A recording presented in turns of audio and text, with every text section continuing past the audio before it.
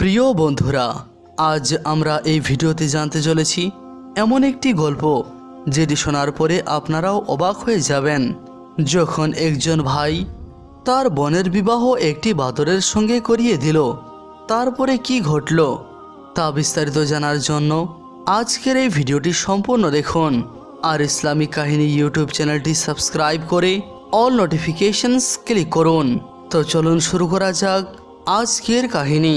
বন্ধুরা, কোন একটি রাজ্যে একজন বাদশাহ হুকুমত করত। তার 4টি কন্যা এবং 4টি পুত্র সন্তান ছিল। একদিন বাদশাহ অনেক অসুস্থ হয়ে পড়ল। তো সে তার 4 ছেলেকে নিজের কাছে রাখলো আর তার ছেলেদেরকে বলতে লাগলো, আমার প্রিয় ছেলেরা, আমার মৃত্যুর সময় চলে এসেছে। এটি শোনা মাত্রই তার 4 সন্তান কান্না করতে শুরু করে দিল। বাদশাহ বলল, বেটা চুপ হয়ে যাও, আমার কথাটি মন দিয়ে শোনো। আমি যেই কথাটি বলছি সেই কথাটির উপর অবশ্যই আমল করবে। 4টি ছেলেই একসঙ্গে বলতে লাগলো, জি আব্বা হুজুর।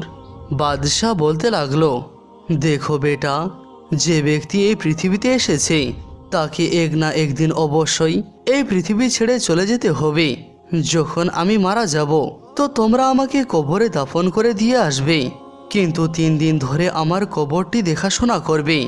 আর যে আমার কবর পাহারা দেবে সেই ছেলেই আমার রাজ্যের সুলতান হবে। আর যেই ছেলে আমার সুলতান হবে তার জন্য আমি কিছু কথা বলতে চাচ্ছি। যে সুলতান হবে সে তার বোনেদের খেয়াল রাখবে, সে তাদেরকে দেখাশোনা করবে। আর যখনই বোনেরা বিয়ে দেওয়ার বয়সে পৌঁছে যাবে তো সঙ্গে সঙ্গে তাদের বিবাহ করিয়ে দেবে। আর বিবাহ করানোর পদ্ধতি হলো এটি, যে কোনো ব্যক্তি যদি তোমাদের কাছে তোমাদের বোনের বিয়ের প্রস্তাব দেয় তো তোমরা তোমাদের বোনের বিবাহ তার সঙ্গে করিয়ে দিও। সে যেই আসুক না কেন, মানুষ হোক অথবা পশু হোক অথবা কোনো পাখি হয়ে থাকুক না কেন, আমার এই ওয়াদাটিকে অবশ্যই পূরণ করো। নিজের বাবার এই ওসিয়ত অবশ্যই পালন করো। 4 পুত্রই একত্রিত হয়ে কসম খেলো যে আমরা ওয়াদা করছি। কিন্তু 4 জনে মনে মনে অনেক অবাক হচ্ছিল যে আমাদের বাবা এটি কি ধরনের ওসিয়ত করলো। যখন বাদশাহ মৃত্যুবরণ করলো তো তার ছেলেরা তাকে দাফন করে চলে আসলো। প্রথম রাতে বড় ছেলে তার কবর পাহারা দেওয়ার ফয়সলা করলো আর সে কবরের পাশে বসে কবর পাহারা দিতে শুরু করলো। অর্ধরাত্রি হওয়া মাত্রই কবরস্থান থেকে ভয়ঙ্কর ভয়ঙ্কর আওয়াজ আসতে শুরু করলো। এমনটা মনে হচ্ছিল যে খারাপ আত্মাগুলি কান্নাকাটি করছে। এটি শুনে তার শরীর ভয়ে কাঁপতে শুরু করলো। ভয়ে সে থরথর করে কাঁপছিল। আর সকাল হওয়ার পূর্বেই সে কবরস্থান থেকে পালিয়ে গেল। দ্বিতীয় রাতে দ্বিতীয় ছেলে কবর পাহারা দেওয়ার জন্য কবরস্থানে আসলো। তার সঙ্গেও ঠিক তেমনটাই ঘটল। এরপরে তৃতীয় ছেলে বাবার কবর পাহারা দেওয়ার জন্য আসলো। তার সঙ্গেও ঠিক এমনটাই ঘটল। চতুর্থ রাতে সব থেকে ছোট ছেলে কবরস্থানে যাওয়ার জন্য প্রস্তুতি নিল। সে অন্যান্য ভাইদের তুলনায় অনেক সুন্দর এবং বুদ্ধিমান ছিল। সে তার তলোয়ারটিও তার সঙ্গে নিয়ে নিল আর কবরস্থানে পৌঁছে গেল। সেই ছোট ছেলেটির নাম আলী ছিল। সে তার বাবার কবর পাহারা দিতে শুরু করলো। সে তলোয়ারটি তার হাতে ধরেছিল। সে বয়োজ্যেষ্ঠ লোকেদের কাছ থেকে শুনেছিল যে তলোয়ারের ভয়ে খবির শয়তান জিন অথবা খারাপ আত্মা দূরে চলে যায়। অর্ধরাতে হঠাৎ করে তার সামনে একটি ভয়ঙ্কর জিন এসে উপস্থিত হলো আর নিজের হাত দিয়ে তাকে ধরার চেষ্টা করতে লাগলো। আলী যখন তার হাতের দিকে তাকালো তো তার হাতটি অনেক শক্তিশালী ছিল আর হাতটি উল্টা দিকে বাঁকা ছিল। আলী তার তলোয়ার দিয়ে তার একটি হাত কেটে ফেলল আর সেই জিনটি চিৎকার চেঁচামেচি করতে করতে সেখান থেকে পালিয়ে গেল। আলী তার হাতটি কেটে তার পকেটের ভিতরে লাগিয়ে নিল। আর এরপরে সকালও হয়ে গেল। সে কবরস্থান থেকে মহলে ফিরে আসলো। সে তার বাবার একটি শর্তকে পূরণ করে ফেলেছিল। তাকে শাহী লেবাস পরানো হলো আর সিংহাসনে বসিয়ে দেওয়া হলো। অন্যান্য ভাইয়েরাও তাকে রাজা বলে মেনে নিল আর তাকে সুলতান বলে মেনে নিল। সুলতান আলীর বোনেরা এখন বিবাহের জন্য যোগ্য হয়ে গিয়েছিল আর সে তাদের বিবাহ করাতে চাচ্ছিল। কিন্তু তার বাবার ওসিয়তের কথা তার স্মরণ পড়ে গেল। একদিন সে তার উজিরদের সঙ্গে দরবারে বসেছিল। কে হঠাৎ করে একটি বাদর সেখানে চলে আসলো বাদরটি সুলতানের কাছে এসে সুলতানকে সালাম দিল আর বলতে লাগলো, এ সুলতান, আমি আপনার কাছে একটি আশা নিয়ে এসেছি, আর আমি এটি আশা রাখছি যে আপনি আপনার বাবার ওসিয়ত মোতাবেক আমার এই ইচ্ছাটিকে অবশ্যই পূরণ করবেন। তারপরে সেই বাদরটি বলতে লাগলো, আমি আপনার বড় বোনকে বিয়ে করতে চাই। সুলতান আলী এটি শুনে অনেক অবাক হলো যে এটি কি করে সম্ভব, একটি বাদরের সঙ্গে আমি কি করে আমার বোনের বিয়ে দিতে পারি। সুলতান বলল, এমনটা কখনো হতে পারে না। এরপরে বাদর বলল, তুমি তোমার মৃত বাবার ওসিয়তকে স্মরণ করো, সে তোমাকে কি বলেছিল। সুলতান এটি শুনে বাধ্য হয়ে গেল, আর না চেয়েও সে তার বোনের বিবাহ সেই বাদরটির সঙ্গে করিয়ে দিল। বাদর তার স্ত্রীকে নিয়ে সেখান থেকে চলে গেল। সুলতান সেই বাদরের ব্যাপারে কিছুই জানতো না, সে তার স্ত্রীকে নিয়ে কোথায় গেল। এরপরে সুলতান ভাবল, আমি খুব শীঘ্রই আমার দ্বিতীয় বোনের বিবাহ করিয়ে দিচ্ছি, না হলে অন্য কোনো পশু পাখি এসে তার বিয়ের প্রস্তাব দিয়ে দিতে পারে। পরের দিন সে সিংহাসনে বসেছিল। ইতিমধ্যে একটি জিন তার রাজদরবারে এসে উপস্থিত হলো। তার হাতে বড় বড় চুল ছিল এবং আঙ্গুলগুলিতে সুন্দর সুন্দর আংটি ছিল। সে বলতে লাগলো, আমি তোমার বোনকে বিয়ে করতে চাচ্ছি, আশা করি তুমি এতে প্রত্যাখ্যান করবে না। তার বাবার নসিহত মোতাবেক সে তার দ্বিতীয় বোনের বিয়ে সেই জিনটির সঙ্গে করিয়ে দিল। সেও তার স্ত্রীকে সেখান থেকে নিয়ে চলে গেল। এরপর সুলতান আলী তার বোনেদের ব্যাপারে স্মরণ করে অনেক চিন্তিত হয়ে পড়ল। মহলের ওজিরেরা বলল, সুলতান, এখন আপনাকেও বিয়ে করে নেওয়া উচিত।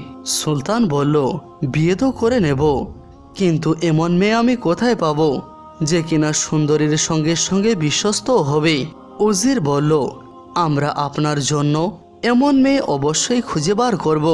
সেই সুন্দর কেল্লার ভিতরে একজন সুন্দর মেয়ে থাকতো। সেই রাজকুমারীর নাম সালমা ছিল। সালমার মা বাবা ছোটবেলা থেকেই ইন্তেকাল করে গিয়েছিল। রাজকুমারীর ঘরের ভিতরে একটি অদ্ভুত ধরনের আয়না ছিল। অজিরেরাই সেই রাজ্যকে দেখাশোনা করত। রাজকুমারী তার আয়াকে বলল, আমি মহলের ভিতরে থেকে থেকে অনেক বিরক্ত হয়ে পড়েছি, এখন আমি একটু বাইরের জগৎটি দেখতে চাচ্ছি। সেই আয়াটি রাজকুমারীকে কন্যার মতো মানত। সে জিজ্ঞাসা করল, রাজকুমারী, আপনি কোথায় যেতে চাচ্ছেন? রাজকুমারী বলল, আমরা মক্কা শরীফে হজ করতে যাব, আর আমরা আমাদের সঙ্গে কোনো ধরনের সেনাবাহিনী নিয়ে যাব না। আমরা সাধারণ পোশাক পরে সাধারণ মানুষের মতো যাব। আমরা শুধু আমাদের সঙ্গে 2 জন চাকরকে নিয়ে যাব। এরপরে রাজকুমারী তার কাফেলা নিয়ে মক্কা মদিনার দিকে রওনা দিল। অন্যদিকে সুলতান আলী তার বিশেষ ওজিরকে বলল, আমার ইচ্ছা করছে যে আমি মক্কা শরীফে যাই। উজির বলল, যদি আপনি আমাকে অনুমতি দান করেন তাহলে আপনার সফরের জন্য আমি কাফেলার প্রস্তুতি করছি। অন্যদিকে সুলতান আলীও তার কাফেলা নিয়ে মক্কার উদ্দেশ্যে বেরিয়ে পড়ল। আর রাস্তায় রাজকুমারীর ছোট কাফেলার সঙ্গে সুলতান আলীর কাফেলার মোলাকাত হলো। রাজকুমারীর দাসেরা বলল, আমরা হজ করার জন্য মক্কা শরীফে যাচ্ছি। সুলতান আলী তার চাকরদেরকে বলল, চলো আমরা একসঙ্গে সফর করি, আর এভাবে আমরা ডাকাতের বিপদ থেকেও বেঁচে যাব। আর এই 2 জন মহিলাও আমাদের সঙ্গে সুরক্ষিত থাকবে।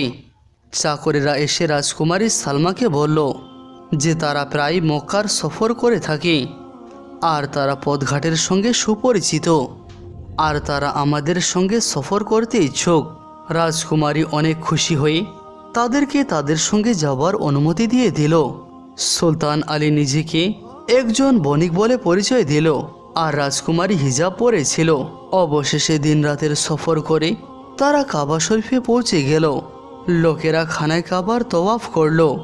তারপরে তারা মরুভূমির দিকে গেল। রাজকুমারী কোনো কারণে তার মুখ থেকে পর্দা সরিয়েছিল। তো সুলতান আলীর নজর রাজকুমারীর উপর পড়ল। সে দেখে ভাবতে লাগলো, কত সুন্দরী মেয়ে, সে তো দেখে কোনো রাজকুমারী বলে মনে হচ্ছে। রাজকুমার আলী এটি ভেবে নিয়েছিল যে আমি বিয়ে করলে একেই বিয়ে করব। সন্ধ্যার সময় সুলতান আলী তার বিশেষ ওজিরকে বলল, আমাকে সেই মেয়েটি পছন্দ লেগেছে, তুমি এখন খবর নাও যে তার বিয়ে হয়েছে কি না। আমি তাকে বিয়ে করতে যাচ্ছি। রাজকুমারীর সঙ্গে যে আয়া এসেছিল, উজির তার কাছে গিয়ে তার সম্বন্ধে জানতে চাইল। কোথায় কোথায় সে জানতে পেরে গেল যে সে একজন রাজকুমারী। তারপরে সে এই তথ্যটি সুলতানকে গিয়ে জানিয়ে দিল আর বলল সেও আপনার মতো একজন রাজকুমারী। রাজকুমারীর ঘরের ভিতরে একটি সুন্দর আয়না রয়েছে, যেই আয়নাটি তাকে সবসময় বলে দেয় যে তার বিয়ে একজন সুলতানের সঙ্গে হবে। এটি শুনে সুলতান অনেক আনন্দিত হলো। এরপরে সুলতান আলী সেই রাজকুমারীর সঙ্গে কথা বলতে যাচ্ছিল, কিন্তু তার চাকরেরা সবসময় তার সঙ্গে থাকতো। এরপরে তারা সেখানে কিছুদিন থাকলো। তারপরে সেখান থেকে আবারও রওনা দিল। কাফেলা এখনো রাস্তায় ছিল। কে হঠাৎ করে একটি বালির তুফান আসলো, বজ্রপাতও হতে শুরু করলো। চারিদিকে অন্ধকারাচ্ছন্ন হয়ে গেল। তারপরে হঠাৎ করে বৃষ্টি এবং দ্রুতগতিতে বাতাস বইতে শুরু করলো। এই তুফান তাদের তাঁবুগুলি নষ্ট করে দিল। এখন তাদের আশ্রয় নেওয়ার মতো কোনো জায়গা ছিল না। আর বায়ু প্রবাহ ধীরে ধীরে বাড়তেই থাকলো। ঘোড়াগুলিও সেখান থেকে পালিয়ে গিয়েছিল। এখন সেই আয়া এই পরিস্থিতি দেখে অনেক চিন্তিত হয়ে পড়ল। রাজকুমারী বলল, আয়া, আপনি চিন্তিত হয়েন না। আমার কাছে একটি পবিত্র তাবিজ আছে, আর এটি আমাকে আমার মা দিয়েছিল। সে সেই তাবিজটি নিজের হাতে নিল আর কি যেন পাঠ করল। তার এমনটা করা মাত্রই একটি অনেক বড় জিন তার সামনে এসে উপস্থিত হলো। এটি সেই জিনেই ছিল যার বিবাহ রাজকুমার আলীর বোনের সঙ্গে হয়েছিল। রাজকুমারী এ ব্যাপারে কিছুই জানতো না। সে সেই জিনকে বলল, তুমি আমাদেরকে কোনো সুরক্ষিত জায়গায় পৌঁছে দাও। সেই জিন বলল, আমি তোমাদেরকে আমার বাড়িতে নিয়ে যাচ্ছি। এরপরে জিন তাদেরকে নিজের মহলে নিয়ে গেল। ইতিমধ্যে মহল থেকে একজন মেয়ে বেরিয়ে আসলো। যখন সে সুলতান আলীকে দেখল তো সে তার কাছে চলে আসলো, কেননা সে তার বোন ছিল। সে আনন্দের সঙ্গে তার ভাইয়ের কাছে আসলো আর তাকে মহলের ভিতরে নিয়ে গেল। সুলতান আলী তাকে জিজ্ঞাসা করলো, এই জিনটি কি তোমার স্বামী? তার বোন বলল, হ্যাঁ, এই জিনটি আমার স্বামী। সুলতান বলল, বোন, আমাকে আপনি মাফ করে দিন, আমি তাকে চিনতেই পারিনি। তার বোন বলল, আমি আল্লাহ তাআলার রহমে অনেক সুখে শান্তিতে আছি। তারপরে আলী বলল, আমি আল্লাহ তাআলার শুকরিয়া আদায় করছি যে তুমি তোমার স্বামীর সঙ্গে সুখে শান্তিতে আছো। না হলে আমি তো পূর্বে অনেক ভয় পেয়েছিলাম যে এই জিন তোমার সঙ্গে কিরূপ ব্যবহার করবে। আলী বলল, আমার বাবার যদি এটি ওসিয়ত না হতো তাহলে আমি কখনো এর সঙ্গে তোমার বিয়ে দিতাম না। আমি অনেক চিন্তিত ছিলাম যে না জানি তুমি কি হালতে রয়েছো। এখন আমি আমার দ্বিতীয় বোনের জন্য চিন্তিত আছি, না জানে সে কোথায় আছে আর কোন হালতে রয়েছে। তার বোন বলল, ভাই, যার বিয়ে আপনি বাদরের সঙ্গে করিয়ে দিয়েছিলেন সে অল্প একটু দূরে একটি জঙ্গলে আছে। এটি শুনে আলী অনেক আনন্দিত হলো আর 3-4 দিন ধরে সে তার বোনের সঙ্গে সেই মহলে থাকলো। সেই জিন সুলতান আলী এবং সে রাজকুমারীকে সুন্দর সুন্দর কাপড় উপহার দিল, ভালো ভালো খাবার দিল এবং তাদেরকে সওয়ারি হিসাবে ঘোড়াও দিল। আর সেখান থেকে সফর করার মতো সমস্ত জিনিসই তাদেরকে দিল। তারপরে তারা সেখান থেকে অনুমতি নিয়ে বাদরের মহলের দিকে রওনা দিল। আলীর কাফেলা এখন জঙ্গলের দিকে রওনা হয়ে গিয়েছিল। সেই জঙ্গলে একটি সুন্দর বাড়ি ছিল, যেটি দেখার পরে আলী বুঝে গেল যে এটি হয়তো আমার বোনের বাড়ি হবে। বাদর সুলতান আলীকে দেখা মাত্রই চিনে ফেলল আর সুলতান আলীও সেই বাদরটিকে চিনে নিল। বাদরটি বলল, আসুন আসুন, সুস্বাগতম, আমার মহলের ভিতরে প্রবেশ করুন। তারা যখন মহলের ভিতরে প্রবেশ করল তো তারা দেখতে পেল অনেক দাসদাসী মহলের কাজে নিযুক্ত রয়েছে। অনেক দাসীও কাজ করছিল। সে দেখতে পেল তার বোন একটি সুন্দর কাপড় পরিধান করে তাদের দিকে চলে আসছে। বোন যখন তার ভাইকে দেখতে পেল তো তার গলা জড়িয়ে ধরে অনেক কান্না করলো আর বলতে লাগলো, ভাই, আমি আপনার সঙ্গে মোলাকাত করতে চাচ্ছিলাম। আমি এখানে অনেক শান্তিতে আছি, এই সুন্দর মহলটি আমার। এরপরে বাদরটি সুলতান আলীকে অনেক অনুরোধ করল যে কিছুদিন আপনি আমাদের এখানেই থাকুন। আলী এবং সে রাজকুমারী কিছুদিন সেখানেই থাকলো। সেই বাদরটি অন্তর দিয়ে তার আত্মীয়দের আপ্যায়ন করলো, বিভিন্ন ধরনের খাবার পরিবেশন করলো। সুলতান আলী সেখানেই রাজকুমারী সালমাকে তার মনের কথা জানিয়ে দিল। রাজকুমারীও এখন সুলতানকে পছন্দ করতে শুরু করেছিল। আলী এই কথাটি তার বোনকে জানালো, তো সেখানেই তাদের বিয়ে দিয়ে দেওয়া হলো। বিয়ের পরে তারা সেখানে কিছুদিন থাকলো। যখন তারা সেখান থেকে বিদায় নিতে শুরু করলো, তো সুলতান আলী সেই বাদরকে বলল যে তুমি আমাদের অনেক খেদমত করেছো। আমি এত সুন্দর আতিথেয়তা আজ থেকে পূর্বে আর কোনোদিনও দেখিনি। আমি তোমার উপর অনেক খুশি হয়েছি। যদি আমিও তোমাকে সাহায্য করতে পারতাম তাহলে নিজেকে অনেক ভাগ্যবান বলে মনে করতাম। যদি কখনো আমার কোনো প্রয়োজন হয় তাহলে আমাকে অবশ্যই স্মরণ করো। তো বাদরটি বলল, অবশ্যই ভাইজান, এই কাজটি তো আপনি করতে পারবেন। যদি তুমি জিনের কাটা হাত পেয়ে যাও তাহলে আমাকে দিয়ে দিও। আমি সেটিকে আগুনে জ্বালিয়ে আমি আবারও আমার পূর্বের রূপে ফিরে আসব। আলী এটি শুনে অবাক হয়ে গেল আর বলল, তুমি এটি আমাকে পূর্বে বলনি কেন? আমার কাছে একটি জিনের হাত আছে। আমি আমার বাবার কবর পাহারা দিচ্ছিলাম, সেখানে একটি জিন এসেছিল আর আমি তার হাত কেটে নিয়েছিলাম আর সেই হাতটি নিজের কাছে রেখেছিলাম। আর আমি এটি নিজের কাছে এজন্যই রেখেছিলাম কারণ আমি এটি জানতাম যে এটি জাদু কাটার জন্য ব্যবহার হয়। এটি শুনে বাদরটি অনেক আনন্দিত হলো। বাদরটি সেই হাতটিকে আগুনে জ্বালালো আর যখন সেই হাতটি আগুনে জ্বলে গেল তো সঙ্গে সঙ্গে সেই বাদরটি একটি যুবকে রূপান্তরিত হলো। এটি দেখে সবাই অনেক আনন্দিত হলো। এরপরে সুলতান তার রাজকুমারীকে নিয়ে তার মহলের দিকে রওনা দিল আর সুদীর্ঘ বছর ধরে তারা সেই রাজ্যে হুকুমত করল। সুবহানাল্লাহ। বন্ধুরা, জাদুটোনা অনেক খারাপ কাজ, এই জন্য কখনো কারো বিরুদ্ধে জাদুটোনা করবেন না। কেননা যারা জাদু করে অথবা জাদু করায় তারা আর মুসলমান থাকে না, তারা ঈমান থেকে খারিজ হয়ে যায় আর তারা ইহকাল এবং পরকাল উভয় জায়গায় শাস্তি পাবে।